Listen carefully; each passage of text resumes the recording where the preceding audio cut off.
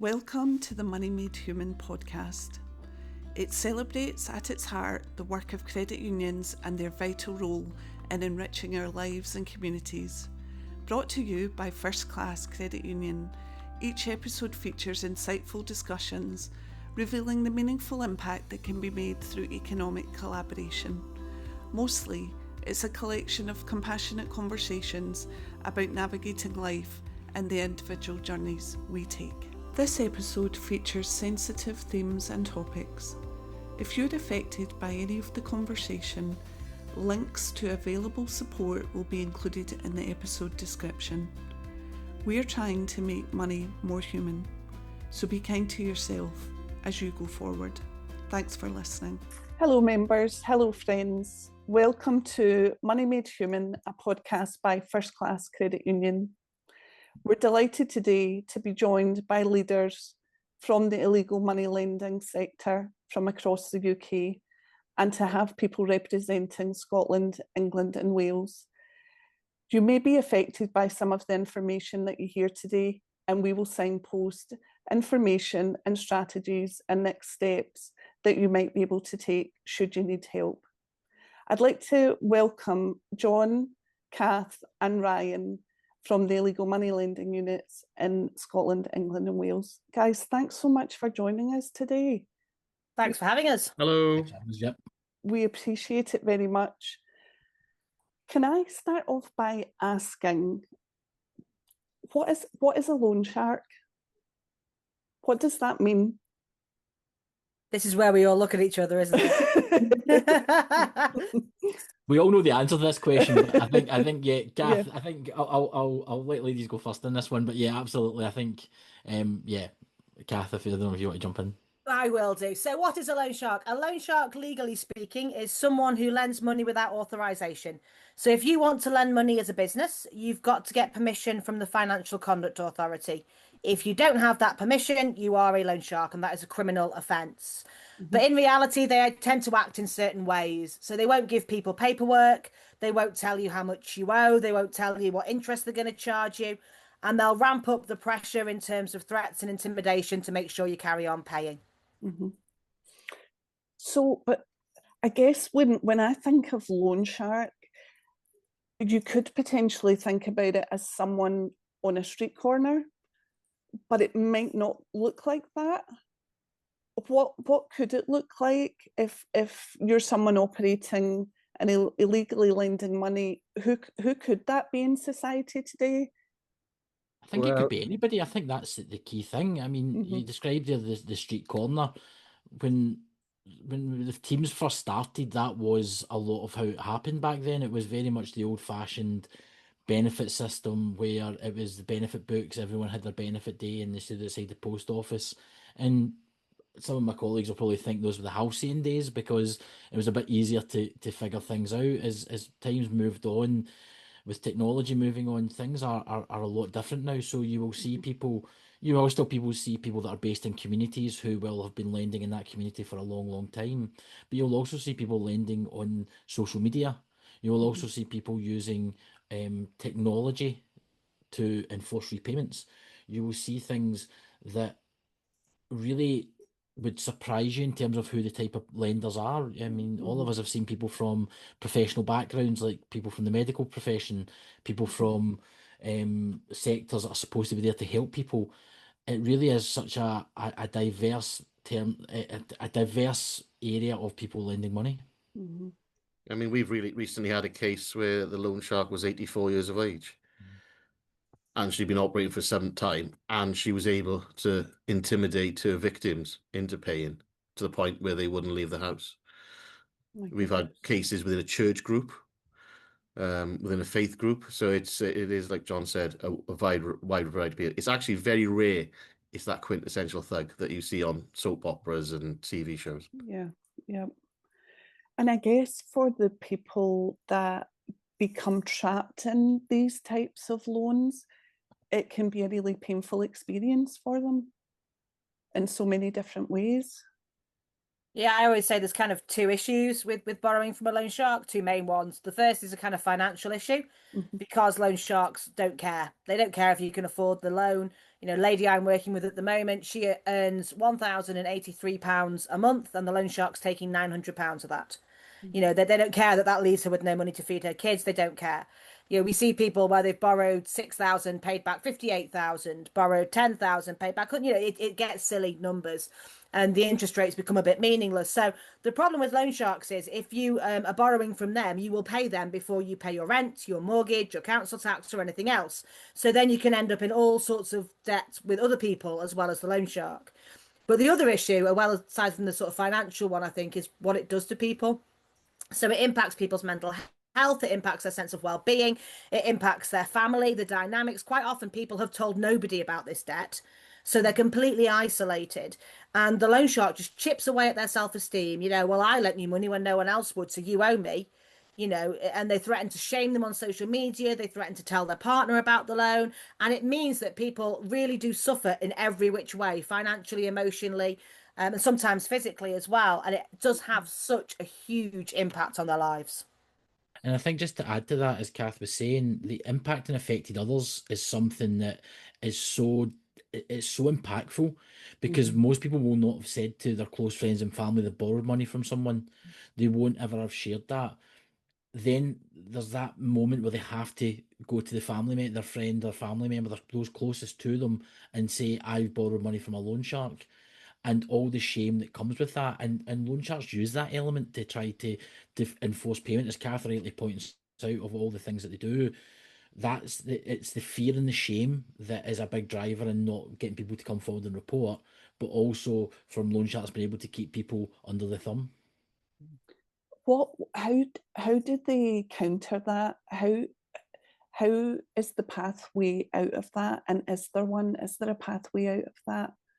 What should people do if they become embroiled in this type of situation? I think the first thing people should do is to talk about it with people who are close to them, and then hopefully with their support, contact somebody for assistance and help.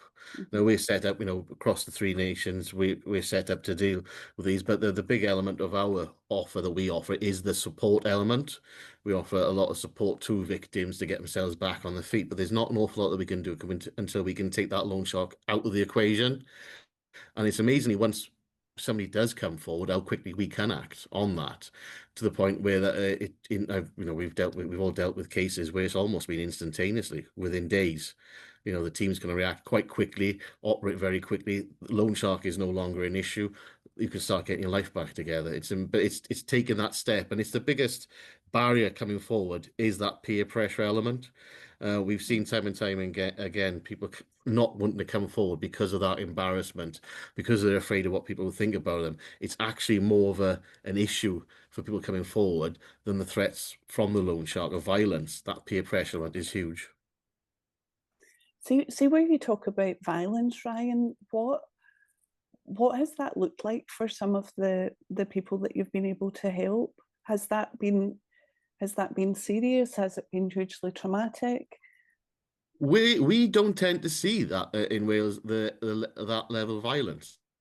Yes, it's in the background, it's lurking there. People are intimidated by the individual, either because of their reputation or because of the reputation of people they know. But it's very, very rare we actually see violence in Wales. It's there in the background, yes.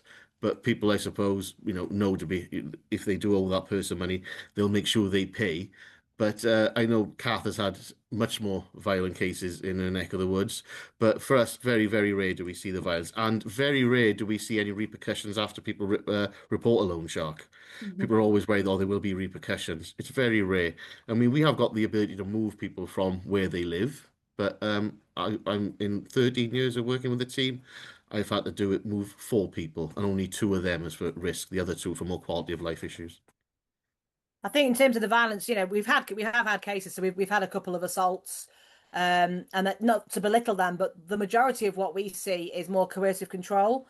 So it's this thing of an implied threat, as Ryan was saying, because quite often if you say to someone, if you don't pay me by 1 o'clock on Friday, I'll break your legs, if the person doesn't pay by 1 o'clock on Friday, you then have to break their legs or you've lost your credibility. Whereas the idea of, well, I didn't lend you the money. It's this dude in Manchester who's given me the money to lend to you, and I'm your friend. I'm doing you a favour, but you do not want to cross him, and I'm desperately trying to keep him away from your door. But if you don't carry on paying me, I'll have to tell him where you live, and then you're in trouble. So this kind of implied threat of a Mr. Big that sits behind the individual, or like I say, more about shaming on social media or talking to an employer and saying, you want to watch so and so, they might have their hand in the till because they owe me money. And it's 150 text messages a day, hammering on the front door at 5 a.m., following people on the school run. It's all kind of shady and implied violence. Like I said, we have had dealt with assaults, but by and large, I'd say 96, 97% of cases, it's much more coercive control. But in a way, that almost has a bigger impact on people's personalities and psyches because it can go on for longer. And I think it has this impact of being perpetually on alert and perpetually terrified, basically. And that's what the loan sharks rely on. It becomes normal for people. I mean, we're not shocked when we come across a victim, and this has been going on for over 10 years. We're not shocked at that. That's quite normal. And it becomes normal for those households. And what we find with our victims is they're actually very, very good with money because they've had to be for so long. And when you do get rid of the loan shark, and they do then for the first time in over a decade have all their money, it's kind of a eureka moment for families. I think some loan sharks see it that it's hard to get money out of someone you put in hospital. Yeah, you're not going to get that money out of them, and you also lose that fear factor once you can only really do it once, if you know what I mean. You can only really commit the assault once because the fear factor's gone. I know I'm not trying to be flippant about it, but I think that element kind of goes away. Whereas if, as Cath rightly says, if you continually make statements about other people, that I've got lots of people that can come and get you, you won't know where it's coming from, all those sorts of things, even down to threatening members of your family, threatening harming them, or they will never see it coming, then the reality is that's more than enough to get that. That's probably a bigger problem than it is, as Cath rightly points out, to someone's psyche, rather than actually any physical assaults. And the organised loan sharks are clever. They pitch the installments at the right level for individuals. So if you're somebody that's easily intimidated, you will be paying a lot more than somebody who isn't easily intimidated. So there's that element as well. The tactics differ for the person. So if somebody who's easily intimidated, they might get quite an easy ride. And they also act then as a good advertiser to other people. Oh, well, if you are stuck for cash, why don't you borrow off so-and-so? They've been like an angel to me. But if you are somebody that's easily intimidated, more heat will come on you, and you are more likely to crumble and to hand over more money, and your installments will be more. And we've had that in a case now that we're dealing with. Somebody was absolutely shocked that they were paying a lot more than their friends, and it was purely simply because they were of a more nervous disposition. I think it sounds quite terrifying in terms of what Cath was saying about the constant control. I guess what I'm wondering is, how are people managing to sustain any kind of family life or sleep properly? You must, I think you alluded it to, Ryan, just the impact to mental well-being must be huge. I mean, we've come across, by the time because people only tend to come to us when it hits crisis point, families quite often have split up by that time. So it is common. I mean, we've got a case at the moment where I say a young lad, he's in his late 20s. He's had to move out of his home, the flat where he's living, because he's afraid that something might happen to his girlfriend or his daughter. So he's made that choice, but that family's been broken up, and I'm sure my colleagues can have other stories and other cases where they've seen exactly the same thing. The stress comes on, financial stress, and if people think you're hiding things in a relationship, they can jump to conclusions, and that doesn't help either. I can just really a very quick story where someone decided to phone our helpline at 5 a.m. I know this because I was on duty that week on a Saturday morning, and they hadn't slept for days on end and had just finally come to that point where they had to talk to someone about it. And just picking up the phone, 5 o'clock in the morning, sat on the phone for an hour with them, just chatting about how we could help, how we can support them. And by the Monday morning, 2 of my colleagues were out with them, working with them. And yeah, that's really where we can really try and support people, is try and help them as much as possible. It is about being sometimes just that person that somebody can talk to, because you know from experience that we've all got what they're going through. We may not personally understand it, but we know from all the things we've seen throughout our times in this field of work, it can be so difficult for people to think other people are in the same position as them. They think they're alone. They think that they're the only person in that situation, when the reality is that we always say to people, loan sharks can have up to 20 to 30 people in their books at any one time. You're one part of that group. You're not just that one person that's in that situation. And by you coming forward, you're helping all these other people as well. I think as well, the support we offer is very much about it's being tailored to that individual. So, you know, some people need to hear from us every day to start with, because they're terrified and they need that reassurance, and they need it, you know, regularly, and they need it extensively. And that's absolutely fine. Other people just want a text message once a month to say what's happening with the case. And that's fine too. And everything in between. So as a team, like, we'll look at what is this person's mental health situation at the point at which they come to us. You know, are they working? Are they able to work? What does that look like? Have they had loads of sick days because of stress? You know, are there problems at work? What does that look like? Well, what's their family situation? You know, social services involved with the children because there's issues around school attendance, or there's issues around children not being dressed properly for school, or whatever else. And it's about us trying to put back what the loan shark has taken away to a degree, but it's also about making sure that those people are okay. So I think that's one of the real benefits of the team, is that whatever we do, it's individual centered. It's centered around that person, and that can look however they need it to look, and that can change over time as well. Well, we're there before, during, and after. You know, we're there for the whole process. It's you know, I've got people that, you know, maybe have been involved in a case a number of years ago. They still contact for, you know, guidance and assistance in certain matters. So it is a lengthy process as well. It's not that you'll just be cast adrift as soon as everything is sorted. We're there for the duration until you don't need us anymore. But that kind of shared, you know, there's a lot of experiences between the three teams, and there's not an awful lot that we haven't seen. But people think when you're at rock bottom, there's no way out whatsoever. But there are incrementally steps that you can take and that we can help with. And, you know, the beauty of it is you know, we are there as much as you need us. Just going back to John's point about you're not alone, I think that's a really crucial point, because there must be occasions where you feel you're the only person facing this. What is the scale of this problem in the UK? What kind of numbers are we dealing with? Would you guys know that, or have an idea of that? There's some research we can quote. So there was a study done by the Centre for Social Justice 3 years ago now, and their estimate was 1.08 million, but that was England alone at that point. So that equates to 2% of the population. And it's all mathematical conjecturing, so it's not kind of supremely accurate figure, but that's the one we tend to use, is 2% of the population, roughly, using a loan shark. And by the million, you mean people? A million people? Yeah. We did some research specific to Scotland a couple of years ago, which reckons it's anywhere between 5 to 7% of the Scottish population had interacted with a loan shark. That doesn't necessarily mean they were the actual borrower, but that means it could be people close to them. It could be they've seen them advertising online, but it's growing exponentially. Let's be honest here. I think that we have seen, since the inceptions of the team back in 2004, an increased amount of loan sharks and an increased amount of reporting since over time as well. And I think those both can point to an increased use of loan sharks in the UK. We've seen a sea change in the demographics of victims, whereas prior to the pandemic, you could probably safely say the vast majority would be people on the lowest of incomes, driven to a loan shark because of cash flow issues. You know, they've had to replace something, a fridge freezer or something, and they haven't got the cash for it.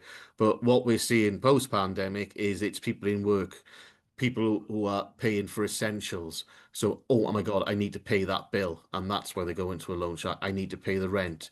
I need food. Nobody is putting, when we're dealing with people, they're not saying it's for one-off payments. It's for everyday living expenses. And that's what's most worrying. It's not for luxury items. It's certainly not. No, to survive. It's consistently for that rent. I need to pay the rent. I need to pay gas. I need to pay for the electric.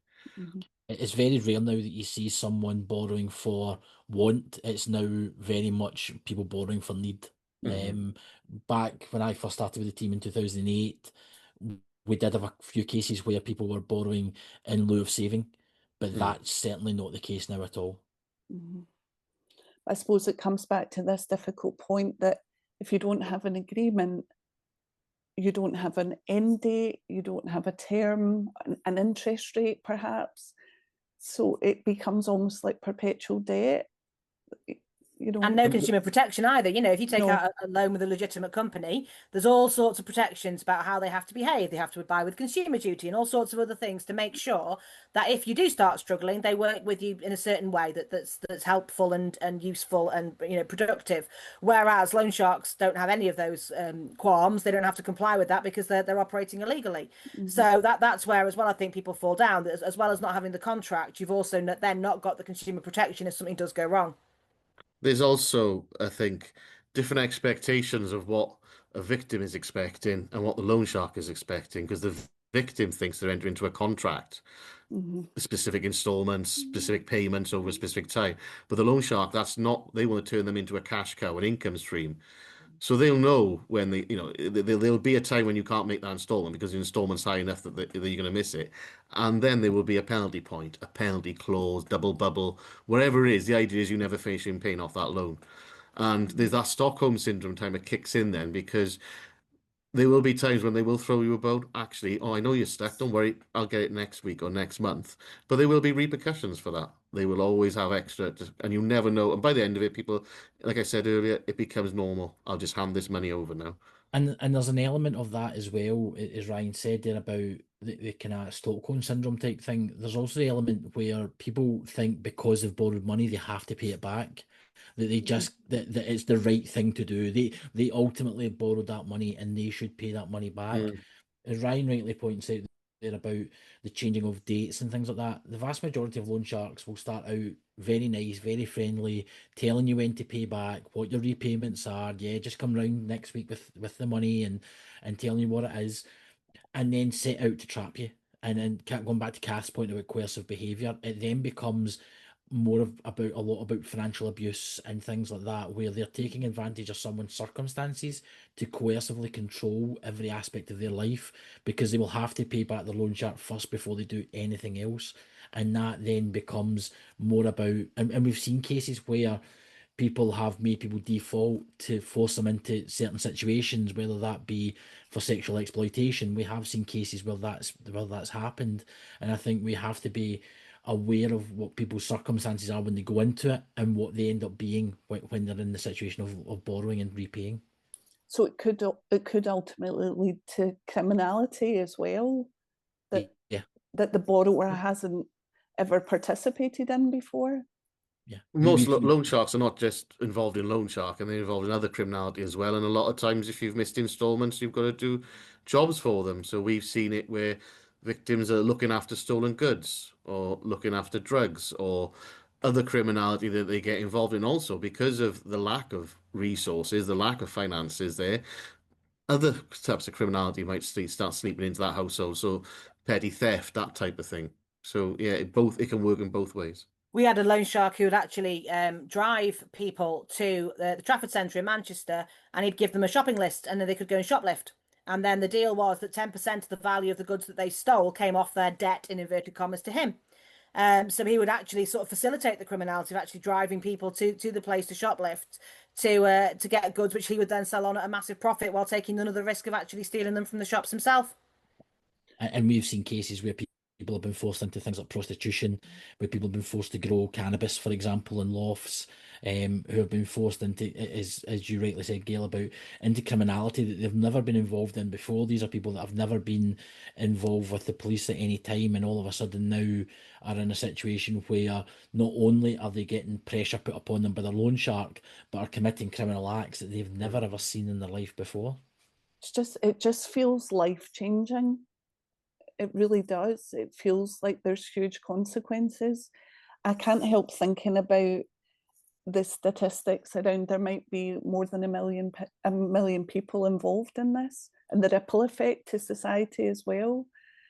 What can people do if someone's listening to this and they need help, or they know of someone that needs help?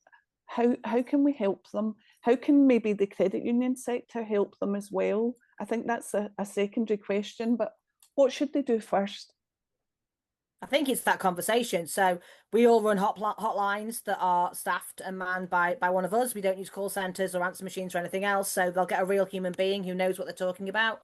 And I think it's that first conversation. You know, we have people who ring us anonymously, and they get some information, and then they stop and they don't want to go any further. And then something happens 6 months later and they ring us again. And then something happens 6 months later and they ring us again. At that point, maybe they've been pushed to a point where they're willing to go on the record to have a conversation with us and tell us more detail. But that's absolutely fine with us. We are willing to go at the pace of the caller. Yeah. If they want to give us very little information at first, we can't act on it, but we can listen and we can talk about what we could do with more information if they had it. And I think it is just having that first conversation, because loan sharks operate well when they have the power. And when they have the power is when it's taboo. And when they are taboo is when it's not being spoken about. So I think the first thing to do is, as Ryan said before, is talk to loved ones about this situation, but then have a conversation with the teams. You know, we're not the police. We're all counsellors, social workers, housing officers, debt advisors. We're people, and we're here to help. And between us, we've got such a lot of experience. We've got a really low turnover of staff. I think between the 3 people on this call, you've probably got 50 years experience of illegal money lending, which is quite terrifying. I'd like to point out we're all very young, but you probably have got 50 years, because it's a great job helping people. But it does mean you're not going to shock us. There is nothing we have not seen or heard before. So I think it's just having that first conversation with one of the teams and make sure that, you know, you're comfortable with that, and get some support, and then see where you want to take it from after that, how far you want to go in terms of giving us information, and it's entirely up to you. But have that first conversation. I think Cath absolutely nailed that there. And the only thing I would add, and I know it's the catchphrase I brought up earlier, but you're not alone. Realise that they are, as Cath said there, there's 50 years experience just in us 3 alone. The reality is, between my colleagues and between Cath's colleagues and Ryan's colleagues and our colleagues over in Northern Ireland, there are so much experience in terms of understanding the subject matter that we're always here to help. We're never just there to we're not there to judge. We're not there to look at people's circumstances. It's a judgment-free zone. We really are just there to try and get that. But also, you touched on what can credit unions do more. You know your clients. You know a lot about them. Are there things that you guys see that you're just suspicious about? I've had credit unions before come and speak to me saying about things that are maybe just a wee bit suspicious, and getting our views on them. So we're not just, Cath brought up the helplines there. The helplines are not just for clients to phone up, it's also for organisations to phone up. So if you're in a credit union or you're working in a sector and you just, there's something you think is wrong or something you're not sure about, pick up the phone and ask us, because we can always try and work out and give you that expertise, and maybe potentially you might be helping someone out that maybe just didn't know where to go. Yep. We all offer training as well. The 3 teams, it's free of charge. It can be online, although we always prefer in person. Any organisation that's front facing that has, you know, potentially have clients that could be victims of loan shark, it's free of charge. And I think sometimes if you're not aware of the issues, you won't know to ask the questions, and nobody is ever going to come out and say to you, "Oh, look, I'm a victim of a loan shark." But there are warning signs, and it's always tailored to the organisation. And we have a lot of cases coming through because we've done that training with frontline organisations. I think the other thing for credit unions as well is our advice is don't lend people money to pay off loan sharks. We've seen it happen in the past. Credit unions with the best will in the world and the biggest hearts in the world giving people loans to pay off a loan shark, and then that money never comes back. And the person won't have paid off the loan shark either, because the loan shark will come asking for more, thinking they've got access to credit now as well, so they can do even more damage there. So I think it's for credit unions, it's about trying to have that conversation. We often say, you know, if phoning a reporting helpline or going on live chat or whatever else is too much for somebody, and we completely understand that it can be, then one of us will come and have a chat with them. So, you know, give us a ring and say to the client, you know, I know Trish, who works for an organisation who deals with this sort of debt. You come in next Tuesday and I'll see if Trish can come down and have a chat with you. Don't have to tell her your name. I won't tell her your name, but just have that conversation. And it's amazing when we get in front of people, we're very good at being able to sell what we do and sell ourselves as a support organisation. But sometimes the idea of ringing a hotline can be a bit much. So that's the other thing you can do, is that kind of warm introduction, get somebody to come back in on a specified day, and then see if one of us can come and have that conversation with them about what to do next. I think just finally from me on that point, that information's key. And really, we are intelligence-led organisations. We require that information to be able to direct where our work goes. But that also doesn't just mean it has to be top level. this is who the loan shark is, this is who the person is. It can be even just down to, certainly from our perspective, letting us know there's a loan shark in an area, because we can then look to take indirect action. So maybe we're not in a position to take direct action, but we can go and work directly in that community to raise awareness. We can go in there with all the resources that we have as teams to all the community centres, social work departments, housing offices, and work with those partners to see whether we can identify it from that way. But if we don't know something's happening in a community, then there's not a lot we can do. So I think it's really just about sharing of information. If you do hear something, that even if it's just a rumour that you hear, oh, I've heard there's a loan shark in the East End of Glasgow up in Easterhouse, just let us know about that, and then we can look to see what we can do. No, that sounds good. It sounds like good advice. I would say this, I'd never underestimate the level of information you got, because even if you got a small little snippet, that might be enough that fills in a jigsaw for us. Because one of the first cases I dealt with, all we had was an anonymous phone call, a nickname of a surname of an individual, the fact they were operating outside Tonguinlice near Cardiff, a white van and an incorrect registration number on the van. It was off by a few digits. But we had other information, and that was enough to get a warrant, started carrying out surveillance, and we discovered they were two brothers, and they'd had over 430 victims between them. So if it wasn't for that one phone call, that one bit of information, 430 people might have been still paying a loan shark, which was put a stop to. So it never underestimate, even if you've got a small little bit of snippet, send it through. It helps. It all helps. I suppose I've been thinking while you've been talking that for credit unions, it might not be lending to pay back an illegal money lender, but perhaps we could be a first place of choice when you need to borrow money. Try us first instead of going to an illegal money lender or a loan shark. That's maybe where our place is. Yeah, we promote that very heavily as kind of the alternative. And I think that the wonder of credit unions is that, treating people as individuals. So it's not computer says no, it's a how can we help you sort of attitude. But also, quite a lot of the time, the people we work with are borrowing £500-600. They're not borrowing tens of thousands of pounds. It's smaller loans. And that's credit union bread and butter, isn't it? That's what you guys deal with every day. So I think absolutely we certainly promote credit unions very heavily as the alternative. And then because of the savings ethic and just encouraging a little bit to be put aside, then a little bit of financial resilience can go a long way. Money made human, Cath. Absolutely. Absolutely. Can I ask you guys, what inspires you to do your job? That's the first one we've been quiet at, isn't it? You think?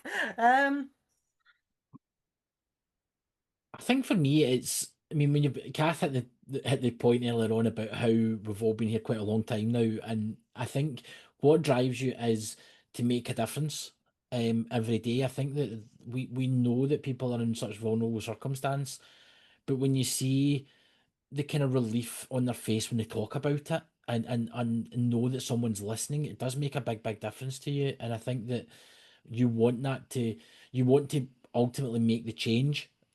If we're correct about the numbers of people that are borrowing from loan sharks just now, then we've got a big change to make. But if we can work with and build as many partnerships as we possibly can, we can make a massive impact on that. But it's just, I think that's what drives me, certainly. And we don't like bullies. Yeah. Yeah. I totally agree, Ryan. I think that's true. I think it's individual stories as well, isn't it? There's always certain stories that stick with you, certain people from over the years who you think, it's going back to them as well. I remember a guy we worked with in Suffolk, and he'd been paying the loan shark for sort of 17 years, and he paid back tens of thousands on a really small loan. And when I met him, he looked hunched over, he looked grey, he looked beaten. And by the point at which the loan shark had been arrested, been through the court system and everything else, and it was little things like he'd taken his kids who were teenagers on holiday for the first time. He wasn't walking around the supermarket with a calculator anymore, trying to make £25 feed a family of 5. And he looked 25 years younger. He looked his age. His hump had gone out of his back. He was taller. He'd lost the greyness to his skin. And you can just think that one thing, that one intervention will have changed the course of his life. And that's not me being over the top. That I think that's absolutely true. And I think that's the thing. It's the individual stories that get you along the way. And if not, then I have currently 11 massive shark suits that I make people dress up in and do funny things in. like save penalties on football pitches or run marathons or whatever else. So if you're not inspired by the individual stories, then the giant sharks will get you. I think just to come back to Cath's story there, I've got a similar story, but it also involves a credit union. And this was from way back from my early days with the team. It's one of the first cases I worked on. And it was a similar story where we had a gentleman who was a single father and he borrowed money to send his daughter on a school trip and didn't know what he was getting himself into, wasn't the demographic that most of the borrowers that were using the loan shark had addiction issues. He didn't. He was kind of the outlier, but he was just that desperate to send his daughter on a school trip. He borrowed £250 and he paid back over about a 3-year period, quite obviously more than double what he'd borrowed. And I had said to him, he said, we've got rid of the loan shark. What are you going to do with this money you're paying? I think he was paying £75 a month roughly or something like that. And I said, well, why don't you go to the local credit union? And it was one in the north of Glasgow. And I got him to go in there. And I met him about a year later, and he said, I'm about to take my kids on holiday for the first time in 3 years because I wasn't able to borrow from the credit union to do that. Oh my goodness. That's the sort of story that keeps you going. And that's the sort of thing that, as Cath says, it is individual stories. Sadly, they're not all positive like that. I think we'll be honest with that and say that they're not all positive like that. But the positive ones do give you a positive outlook in trying to achieve what you want to achieve. I found it interesting there when I asked what inspires you to do your job. I don't know if you guys noticed it, but I could feel almost an emotional reaction to that question. And I think it's probably because of all the service you give to others.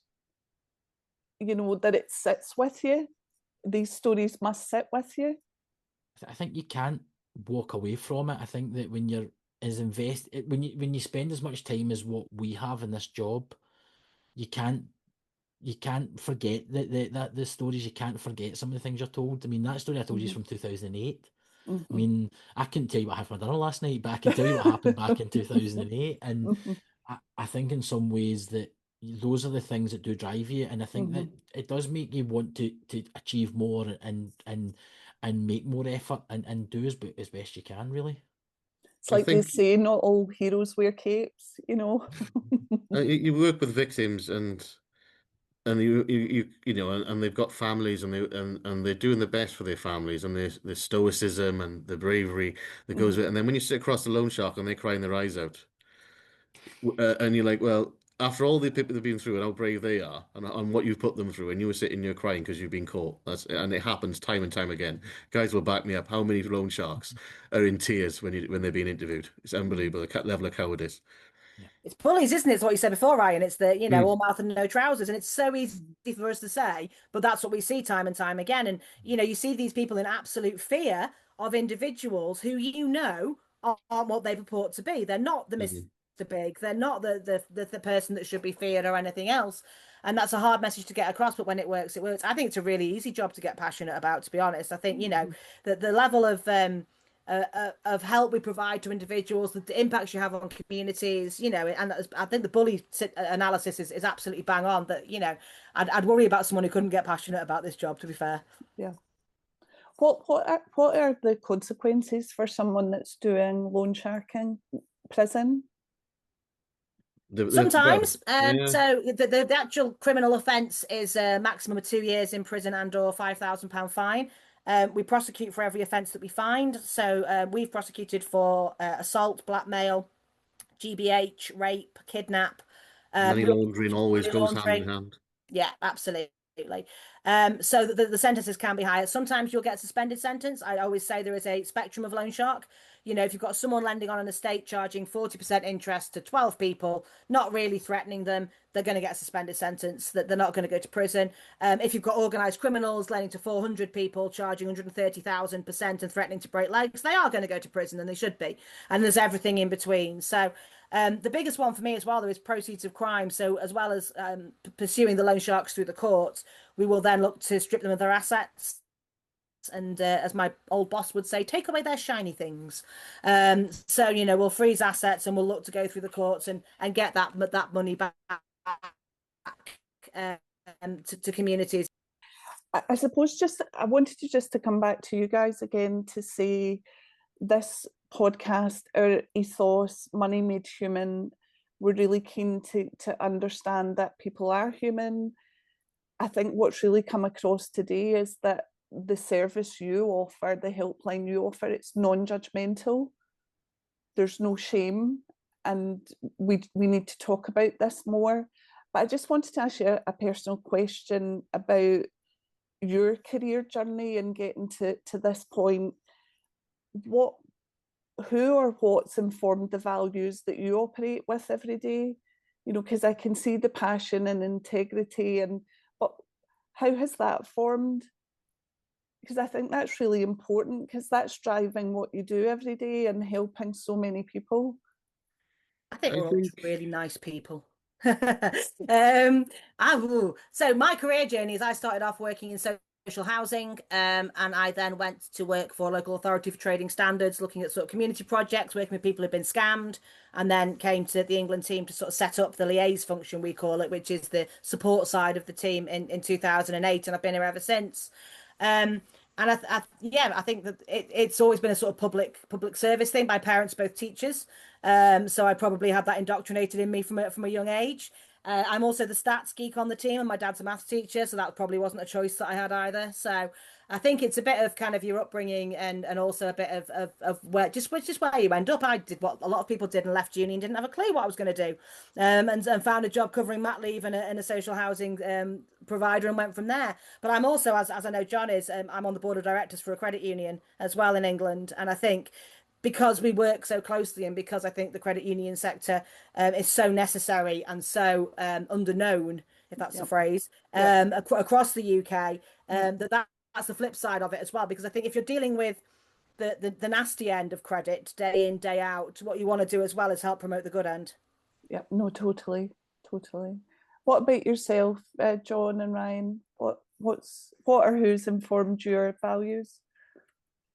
I think it's the same as Cath, really. I mean, my parents, again, public sector, NHS, you go to university, we were probably the same as Cath, first one to go to university in the family. Well, I was the first to go, didn't know what I wanted to do, didn't really want to go into sales or anything like that, and fell into providing advice.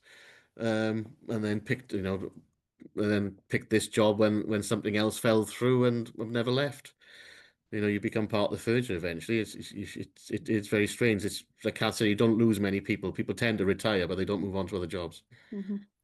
I think for myself, my like everyone else, my values are really driven by my parents and my grandparents. But I think in a lot of ways, one of the best pieces of advice I ever got was in the first job I ever had, which was when I left school, I had no idea what I was going to do, and parents said, no, you need to get a job. You can't sit around the house doing nothing, and as usual, and you're 17 and you think, well, what am I going to do?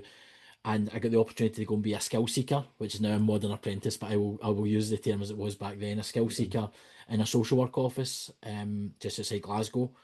And I was asked to go and do, I'm going to use a very Glasgow word, a flitting. So I help someone move out.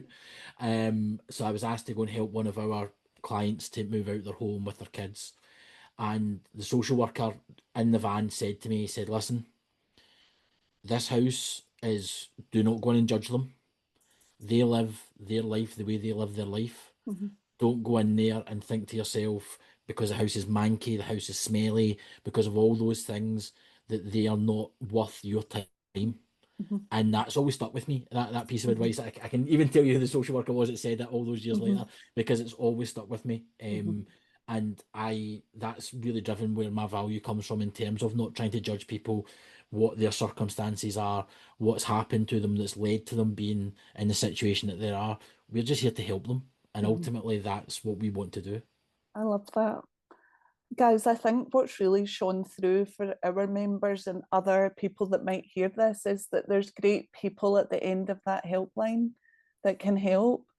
And we will certainly put pathways to those helplines when we publish this. But also, I hope more than anything, anyone that's listening will realise they're not alone. They're not alone, and there's no shame or judgment in coming forward to talk about it. Can I just say a huge thank you for joining us today? And can I say thank you for what you do in your day jobs?